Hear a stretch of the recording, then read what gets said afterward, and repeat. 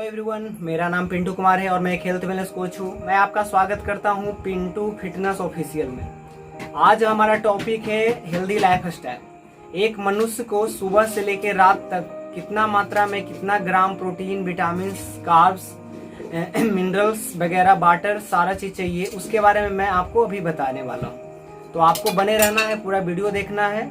और आज मैं बताऊंगा कि आपका बॉडी का जो नीड है सुबह से लेकर रात तक क्या क्या आपके बॉडी को चाहिए, तो आपको जानना है।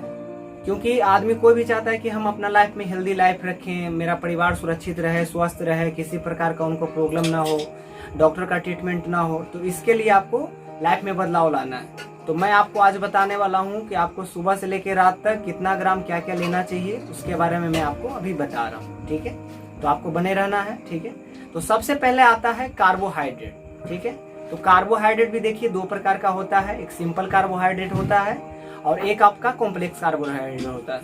तो आपको लेना कौन सा है? Complex carbohydrate. तो देखिए, अगर कोई वेट लॉस प्रोग्राम में है, उनको कम कार्ब्स लेने का सलाह दिया गया है, तो उनको जो है उनका जितना वजन है उससे आपको 1 से गुना करना है। जितना ग्राम आया उतना ग्राम आपको कार्बोहाइड्रेट लेना है। दूसरा आता है, एक नॉर्मल लाइफ होता है आदमी का, जिनका नॉर्मल लाइफ होता है, नॉर्मल दिनचर्या होता है, तो उनके लिए उनका जितना वजन है उससे आपको 2 से गुना करना है। आपका जितना आया उतना ग्राम आपको कार्बोहाइड्रेट लेना है। फिर बात आता है तीसरा, जो जिमर हैं, जो हार्ड वर्किंग ज्यादा करते हैं, जो खूब पसीना बहाते हैं, तो ऐसे लोगों के लिए उनका जितना वजन है उससे आपको 3 से गुना करना है।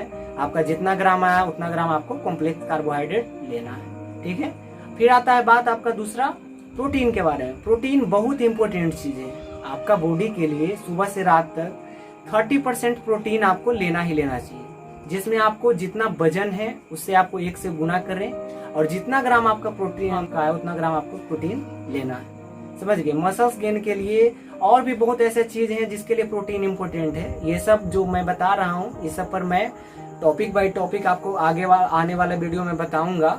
ठीक है, फिर आपका आता है फैट। तो फैट आपको देखिए हेल्दी फैट लेना है।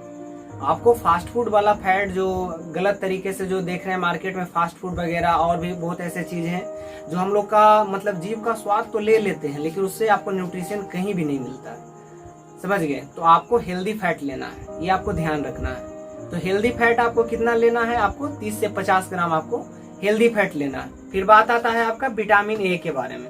तो विटामिन ए, अगर आप मेल हैं, 14 से 30 आपका एज है, तो आपको 900 मिलीग्राम लेना चाहिए।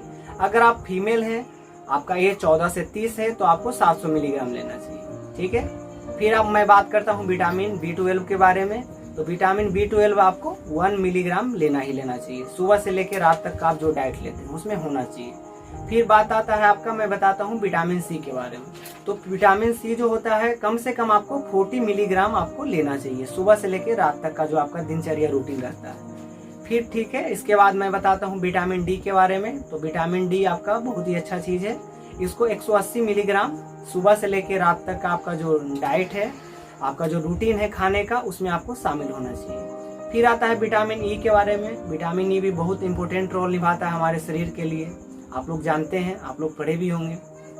तो विटामिन ई आपको जो है 15 मिलीग्राम सुबह से लेकर रात तक शामिल होना चाहिए, उतना ग्राम। ठीक है, फिर आता है विटामिन के बारे में। विटामिन के आपको 90 मिलीग्राम लेना है। ठीक है, फिर मैं बात करूंगा कैल्शियम के बारे में। तो कैल्शियम भी बहुत अहम रोल निभाता है आपका हड्डी के लिए, आपका बोन के लिए, आपका तीथ के लिए। तो अगर आपका एज 9 से 18 है तो आपको 1300 मिलीग्राम लेना चाहिए। अगर आपका एज 19 से 50 है तो आपको 1000 मिलीग्राम लेना चाहिए। ठीक है, कैल्शियम के साथ। उसके बाद बात आता है मैग्नीशियम का। तो अगर आप मैग्नीशियम लेते हैं तो 340 मिलीग्राम आपका सुबह से लेकर रात तक का आपका जो डाइट है उसमें शामिल होना चाहिए। अगर आप फीमेल हैं तो 310 मिलीग्राम आपको फीमेल को लेना चाहिए। ठीक है, उसके बाद आता है आपका फास्फोरस। ठीक है, तो फास्फोरस आपको 0.88 ग्राम लेना चाहिए।